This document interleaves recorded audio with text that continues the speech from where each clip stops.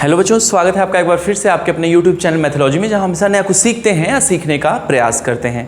तो बच्चों, आज की क्लास 10th के सारे बच्चों के लिए बहुत ही इंपॉर्टेंट होने वाली है, क्योंकि लास्ट क्लास में pair of linear equation in two variable हम स्टार्ट कर चुके थे और उसके ग्राफिकल रिप्रेजेंटेशन को देख भी चुके थे। How to draw the graph of linear equation on the Cartesian plane और XY प्लेन हमने पूरी तरह से देख लिया था, और ग्राफ पेपर पे, सिंपल पेपर पे बताने का तरीका भी हो गया था डिस्कस। मीन्स आज की क्लास जो होगी वो सॉल्यूशन बेस्ड होगी। तो ठीक है, आज पहली हेडिंग के साथ हम स्टार्ट करते हैं आज की class. The first heading is the solution, no need to write the solution of pair of linear equations in two variables. So today's class based on how to find the solution of pair of linear equation in two variable. Do you know what is the general form of the pair of linear equations in two variable? So first of all, the general form is, what is the general form? The general form is, what is the general form? a1x plus b1y plus c1 equal to 0, a2x plus b2y plus c2 equal to 0. So these are the two equations. That's why it is said to be pair of linear equation. How many variables are there? There are two variables, x and y. We have discussed the cases in which the solution is consistent and the solution is inconsistent. Solution in the sense when the system of equation or pair of equations said to be consistent.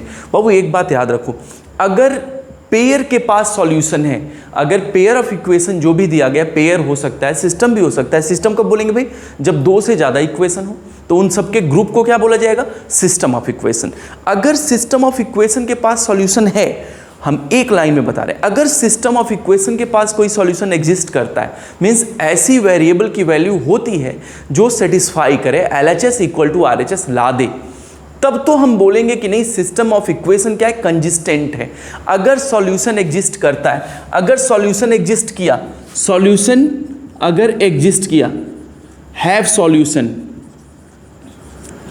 तो क्या बोलेंगे भाई? कंजिस्टेंट बोलेंगे। क्या बोलेंगे? कंजिस्टेंट। याद रखना बिल्कुल, ठीक है, मैथ्स के वर्ड्स है, बस कंजिस्ट कर रहा है, एग्जिस्ट कर रहा है तो कंजिस्टेंट। हैव नॉट सॉल्यूशन, अगर इनके पास सॉल्यूशन नहीं हुए बाबू, तो क्या बोलेंगे? इनकंजिस्टेंट। ठीक है, क्या बोलेंगे? इनकंजिस्टेंट। सर क्या बोल दीजिएगा? इनकंजिस्टेंट। तो ये बातें हो चुकी थी। कब कब सॉल्यूशन होता है? देखो, अगर पैरेलल लाइंस हैं, लाइंस क्या है भाई? पैरेलल हैं, तो नो सॉल्यूशन, नो सॉल्यूशन। याद आया? अगर लाइंस पैरेलल हैं तो नो सॉल्यूशन।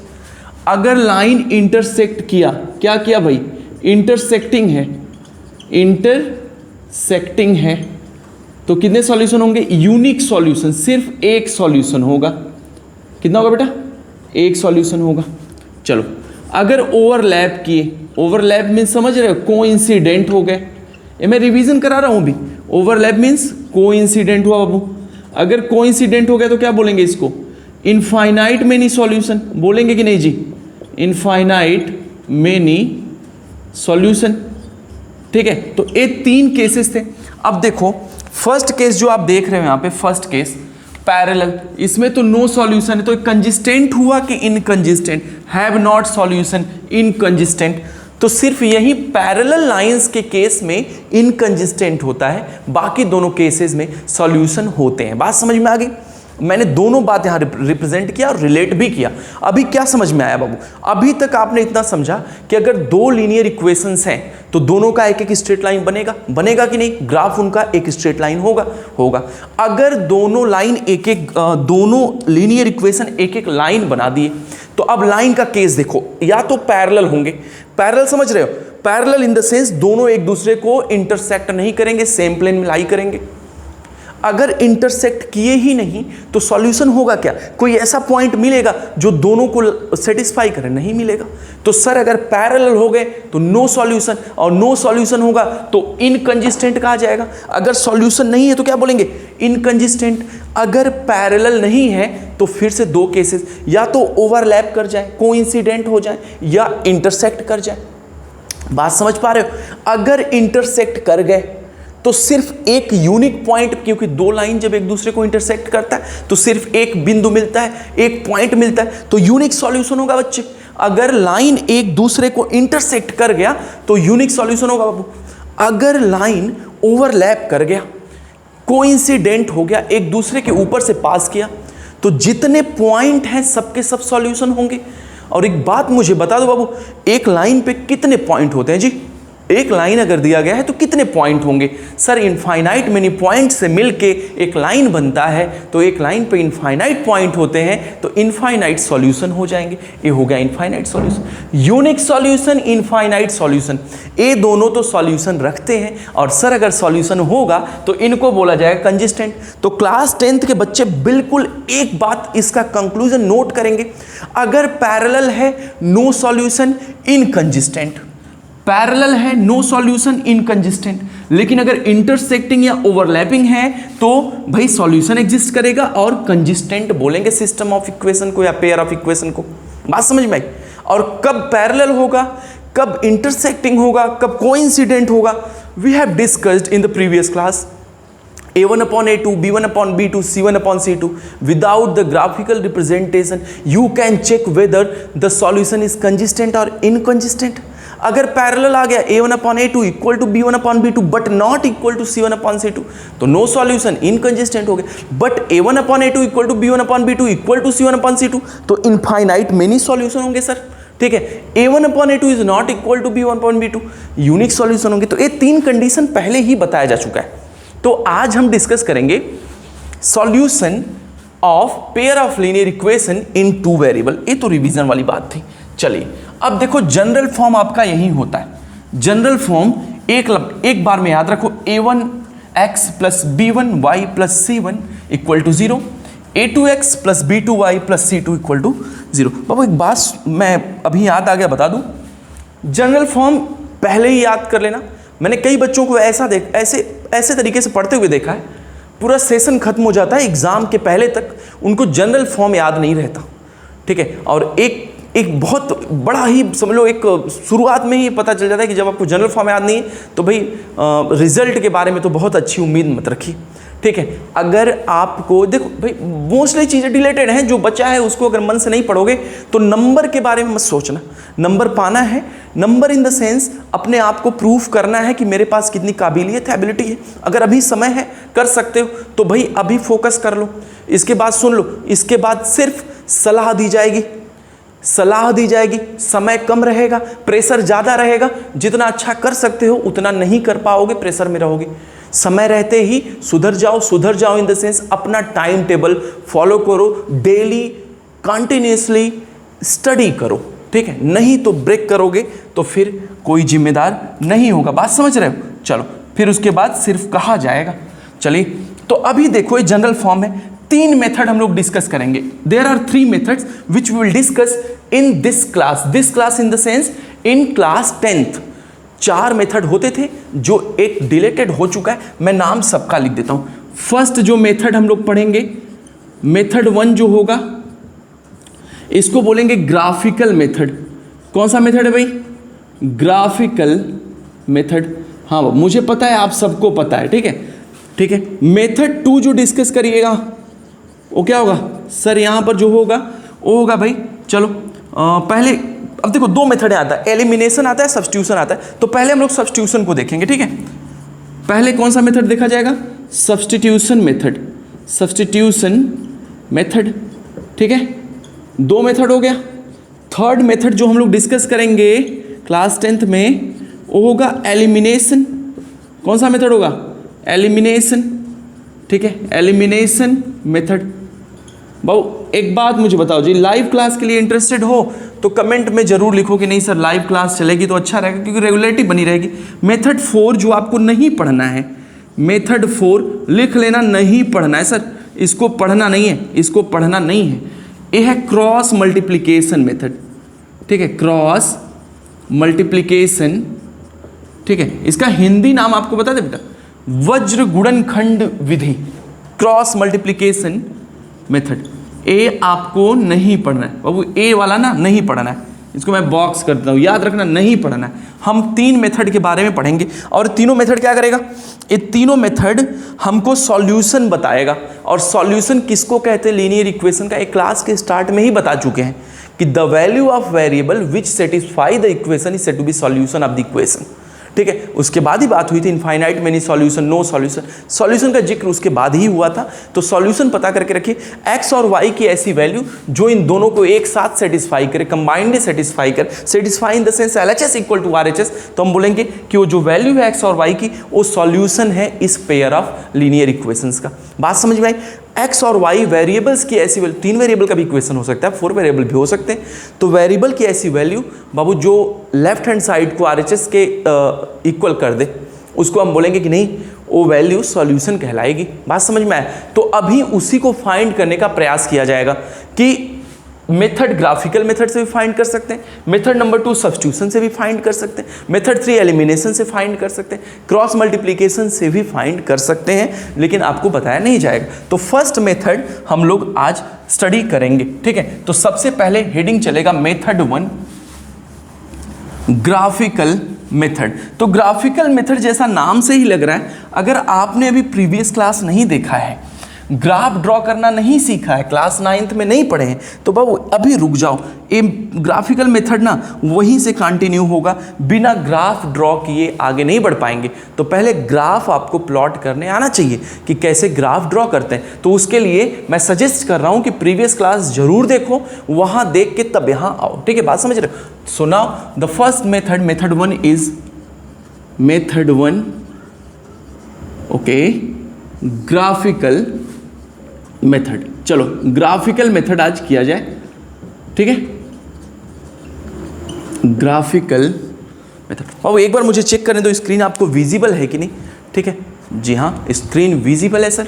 तो ग्राफिकल मेथड क्या है, तो first of all will write let the pair of linear equations are, चलिए पेयर क्या है भाई, a1x, बार बार लिखने का बस यही इंटेंशन है बाबू कि जितनी बार लिखेंगे आपको याद हो जाएगा। बात समझ रहे हो।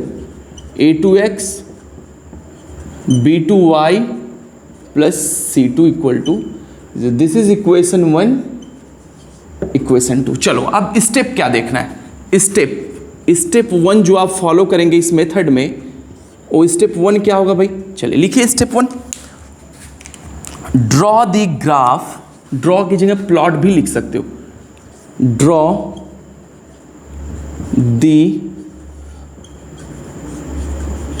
Graph of given pair of linear equations. सबसे पहले क्या करिएगा, जो इक्वेशंस दिया गया है लीनियर इक्वेशंस, उसका ग्राफ प्लॉट करेंगे। स्टेप 2 देखिए, अब यहां पर कंसिस्टेंट इनकंसिस्टेंट की बात होगी भाई। अगर पैरेलल लाइन है तो नो सॉल्यूशन, पैरेलल लाइन है तो सॉल्यूशन होगा कि नहीं। So check that both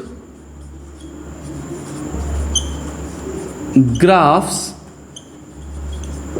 are A parallel, B intersecting, C coincident। अब आपको चेक करना है कि पैरेलल है। पैरेलल कैसे पहचानेंगे, जब लाइन एक दूसरे को इंटरसेक्ट कहीं पर ना करे तो हम बोलेंगे कि क्या है, पैरेलल है। अगर इंटरसेक्ट कर रहा है तो यूनिक सॉल्यूशन होगा, इंटरसेक्टिंग। थर्ड है कोइंसिडेंट। स्टेप 3 यहां देखिए, स्टेप 3, इफ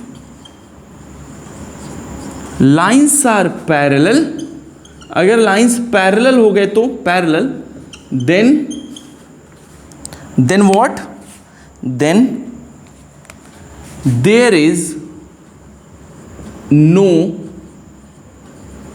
सॉल्यूशन। तो यहां पर कोई सॉल्यूशन नहीं होगा, कॉमा। चलिए अब हम देखो इरेज कर रहे हैं बाबू यहां से, ठीक है। चलिए अब देखिए, कॉमा करके आगे लिखेंगे, if lines are intersecting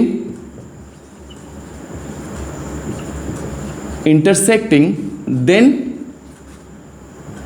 the point of intersection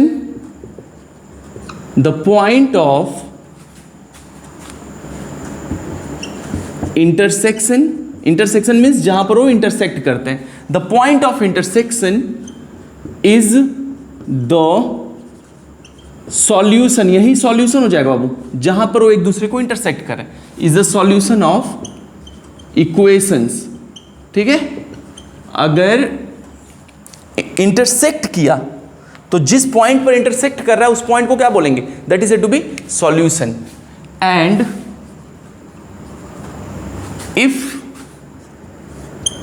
if lines are coincident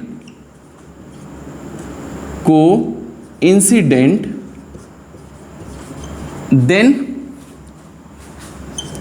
each point lie on the line is a solution, तो जितने पॉइंट होंगे उस लाइन पे सब के सब क्या हो जाएंगे, एक सॉल्यूशन होंगे। कब, अगर लाइन कोइंसिडेंट है, मींस अगर वो एक दूसरे को ओवरलैप कर रहा है तो अभी 3 बात समझ में आई। पैरेलल है तो कोई सॉल्यूशन नहीं, आप वहां लिख देंगे lines are parallel, then there is no solution, या फिर you can write the pair of linear equations are inconsistent, you can write inconsistent. तो पहली बात तो क्लियर हो गई कि अगर इनकंसिस्टेंट है तो सॉल्यूशन ही नहीं होगा, पैरेलल है तो सॉल्यूशन होगा ही नहीं। दूसरा केस, अगर पैरेलल नहीं है तो in that case you will draw the line, both the lines, then you will find the point of intersection, ऐसा पॉइंट जहां वो एक दूसरे को इंटरसेक्ट कर रहे हैं। अब जहां पर वो इंटरसेक्ट किए वही पॉइंट आपका सॉल्यूशन होगा, x, y के टर्म में होगा। x की वैल्यू जो हमारी एब्सिसा की value, that is the value of x, और y की वैल्यू, ऑर्डिनेट की वैल्यू y की वैल्यू होगी, और यही दोनों आपका सॉल्यूशन हो जाएगा। x की वैल्यू और y की वैल्यू कंबाइंडली सॉल्यूशन कहा जाएगा। अब एक बात याद रखो, x और y कंबाइंडली सॉल्यूशन होता है, बात समझ रहे हैं। x और y को एक साथ लेने पर सॉल्यूशन बनता है। तो चलिए एक क्वेश्चन कर लिया जाए, फिर उसके बाद इस मेथड को पूरी तरह से समझ लिया जाए, ठीक है। तो एक क्वेश्चन लिखिए, राइट द क्वेश्चन, राइट, एक क्वेश्चन किया जाएगा, एक प्रश्न किया जाएगा, इसके बाद फिर आगे बढ़ेंगे हम लोग, okay. So the first question is solve the pair of linear equations by graphical method. आपको ग्राफिकल मेथड से ही सॉल्व करना है, ग्राफिकल मेथड। अब क्वेश्चन जो है वो क्या है भाई, देखो, okay, just wait a minute, okay, so question is x plus y, बहुत सिंपल क्वेश्चन ले रहे हैं, x minus y equal to 2, so this is equation 1, equation 2, okay। So solution, first of all draw the graph of both the line, both the linear equations, जो दोनों linear equation दिए गए उनका graph आपको plot करना है। तो graph का काम मैं आपको सौंप रहा हूं। तो फर्स्ट फ्रॉम 1, चलो 1 से आप टेबल बनाएंगे। फ्रॉम 1 क्या हो जाएगा, x equal to 8 minus Y. तो पहले टेबल बना लेते हैं, टेबल बनाइए और ग्राफ प्लॉट कर दीजिए, ठीक है, this is X, Y, Y की जगह 0 रखेंगे, 8 1 7 2, व्हाट यू विल गेट 6 3 5, बहुत ज़्यादा वैल्यू नहीं रखना, 8 0 फ्रॉम 2। चलिए 2 से क्या मिलेगा भाई, x equal to 2 plus Y. अभी इस बार थोड़ा सा चेंज मिलेगा, ठीक है, चलिए देखते हैं। y इक्वल टू 0 2 1 3 2 4 3 5, ठीक है, इतना काफ़ी है। ये दोनों तो हो गए टेबल जो जिसकी जरूरत हमको पढ़ने वाली है।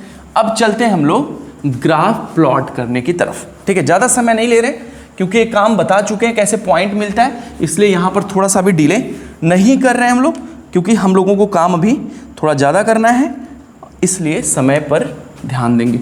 चलिए ये हमारे ग्राफ पेपर बनाने जा रहे हैं। ग्राफ पेपर बनाते वक्त ध्यान दीजिएगा कि बाबू आपका जो गैपिंग है वो इक्वल गैपिंग होनी चाहिए, यूनिट सेम होना चाहिए। 1 2 3 4 5 6 7 8, 1 2 3 4 5 6 7 8 9, ठीक है, ये वाई हो गया। 1 2 3 4 5 6 7 8 9। देखिए आप जब स्केल यूज़ करिएगा इक्वल ना, तो आपका बिल्कुल सही आंसर आएगा। मे बी हम ऐसे ही ड्रॉ कर रहे हैं, डिफर आए कोई 1 2, ए ओ है भाई, ओ को यहाँ रहने दो। 1 2 3 4 5 6 7 8, 1 2 3 4 5 6 7 8, -1 -2 -3 -4 -5 -6 -7, -1 -2 -3 -4 -5 -6 -7. Okay, first point is 8 0. Where is 8 0? 8 0 is here. This is 8 0. 7 1, 7 here, 1 here. This is 7 1. Last point is 0 8 0 8. So now this is your first line. एक स्ट्रेट लाइन जाएगा ऐसे, और एक तुम्हारा जो लाइन बन गया इसका ग्राफ क्या होगा भाई, this is x plus Y equal to 8, x plus Y equal to 8। ये तो फर्स्ट लाइन आपने ड्रॉ कर दिया, ठीक है। सारे पॉइंट उसी पर आएंगे, ये पॉइंट जो बाहर दिख रहा है भाई ये भी इसी पर रहेगा, डोंट वरी सर। हाँ चलिए अभी दूसरा पॉइंट 2 0, 2 0 यहाँ मिलेगा, मिल गया सर। 3 1 कहाँ मिलेगा, 3 1 यहाँ मिलेगा, मिल गया।